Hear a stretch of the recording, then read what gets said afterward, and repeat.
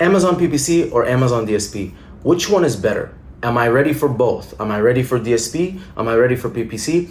In this video, I'm going to cover exactly what Amazon PPC and DSP are, who they're good for, who they're not good for. At Trivium, we run Amazon PPC and DSP campaigns for over 180 clients. And so we've seen what works and what doesn't work. And I'm going to share with you in this video, what's the difference between the two of them and which one is better. All right, so what is Amazon PPC? Amazon PPC is Amazon pay-per-click advertising. It's the advertising that you see natively on Amazon. So when you type in, MMA nutrition electrolytes, it shows up some results. You're going to see a headline search ad, right? That big banner at the top. And then you're going to see, 4 regular results that say sponsored in a small font. And then you're going to have a bunch of organic results. And then after that, you're going to have a video. And then you're going to have more organic results. Again, you're going to have 4 sponsored results and so on and so forth. Now, when you click on a listing, you're going to go into a product detail page and you're going to see, somewhere near the buy box or maybe on the sides or whatever, you're going to see some more ads, right? So all of that is considered Amazon PPC. The top, the headline search ad, that's sponsored brand. The video is sponsored brand. The ones that look just like the organic, they're considered sponsored products. So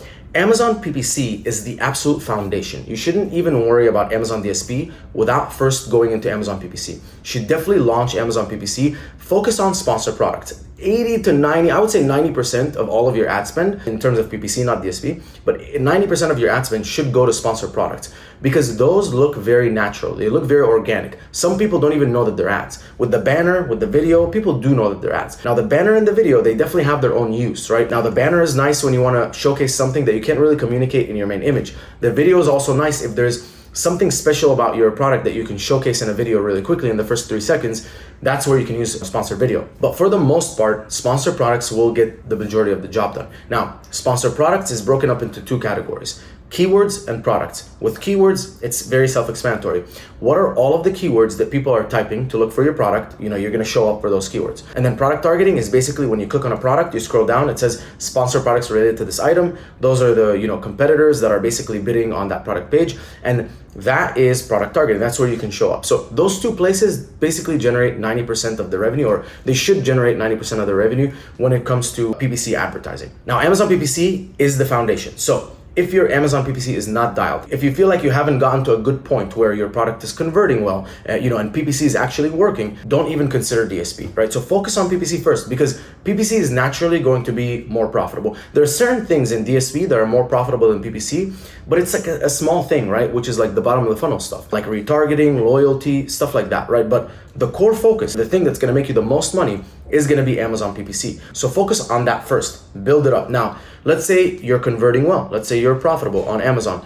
Now is a good time to consider Amazon DSP. Now, what is Amazon DSP? Amazon DSP is audience targeting on and off Amazon. So instead of just, typing in a keyword and then results showing up, you can actually identify audiences, people who visited a product, people who purchased a product, people who are in the market for a certain type of product because, of their browsing history or their behavior. And so you can actually create these audiences and you can target them on and off Amazon. Now, I don't recommend off Amazon. 99% of the time, it doesn't really work, but on Amazon usually works pretty well. And so what we like to do is we like to build the funnel from the bottom up. The bottom is loyalty. If you have a consumable product, people who purchased your product in the past but haven't repurchased. A little bit above that, retargeting, people who viewed your product but have not made a purchase yet, not on your product, not a competitor's product. Then above that, complementary products. So someone who bought a complementary product but hasn't visited your page or hasn't bought any of your competitors. Then we go a little bit higher. Now, the power of DSP is number 1, it has that bottom of the funnel so it can actually do the retargeting. And then number 2, it has a massive top of the funnel. So with PPC, you're limited because you type in the keywords and just depending on where you can rank, right? That's all the impressions that you can get. But with DSP, I can literally bring in an insane amount of people to my page because I can pull from other people's audience. So for example, Liquid IV, massive company, millions and millions of dollars a month in sales. What they're doing is they're spending a shit ton of money. They're in Costco, all this stuff. They're spending money on ads and they're bringing people directly into their listing. So a lot of people don't even type in a keyword or anything. They just make it onto Liquid IV's listing. What I could do is I could target every single person who's visited Liquid IV's listing but has not purchased from them and has not visited my listing, which means they're new audience, they're fresh to me. And those are like hundreds of thousands thousands of people. And then I can showcase my listing in front of those people and hopefully bring them into my listing. And then once they're in my listing, I can retarget them with my retargeting DSP campaigns and get more and more sales. So that's the power of DSP. It's incredibly powerful. Now, if you're a brand that's just starting out, PPC is what's right for you. If your PPC is working, if you're spending a good amount of money, I would say at least,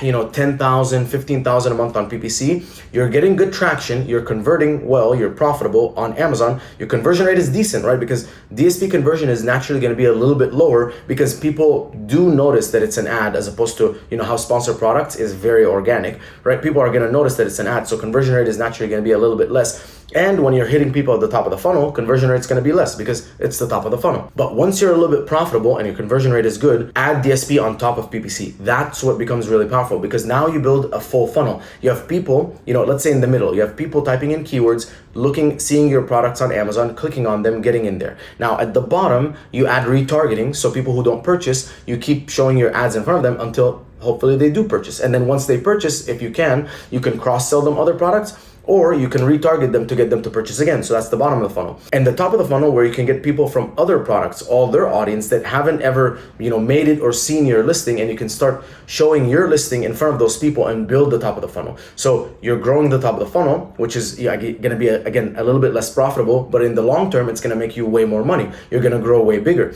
And the beautiful thing is you can also push subscribe and save. If you're a product that's a consumable, pushing subscribe and save and pushing new to brand with DSP is a very powerful tool. All right, which products don't work for DSP? Very simple.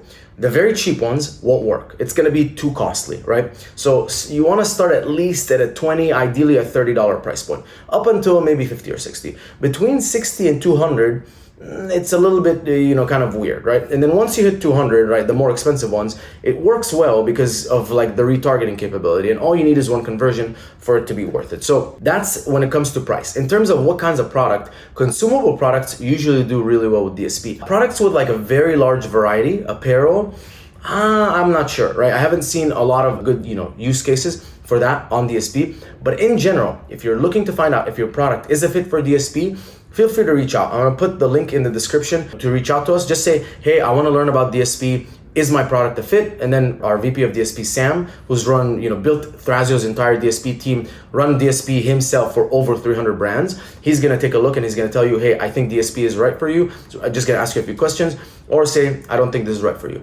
All right, guys, I hope you enjoyed this video. Make sure to go watch the DSP masterclass that I did if you want a full in-depth view that me and Sam did on exactly DSP, how it works, all that stuff, like the behind the scenes of it. You guys are gonna love that. All right, see you in the next video.